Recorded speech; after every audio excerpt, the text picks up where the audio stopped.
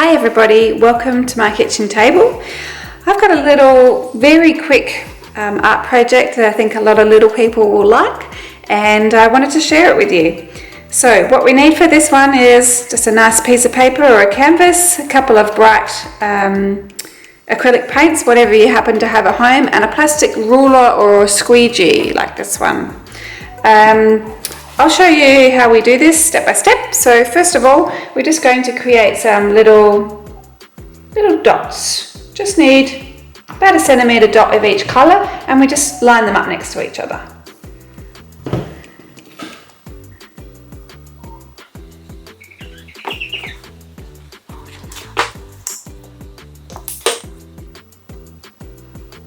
Great. Now, using our plastic ruler, we're going to create a rainbow. This is the quickest little rainbow you've ever painted. You ready? Okay, with our squeegee and our lines of paints there, we're going to make a U shape or rainbow shape by dragging our squeegee up and over the page. Look at that. Perfect. Then you could get your little one to draw all sorts of different things all over here. Some trees, a pot of gold, a unicorn, anything they like. Or you could simply frame it as is. Thank you.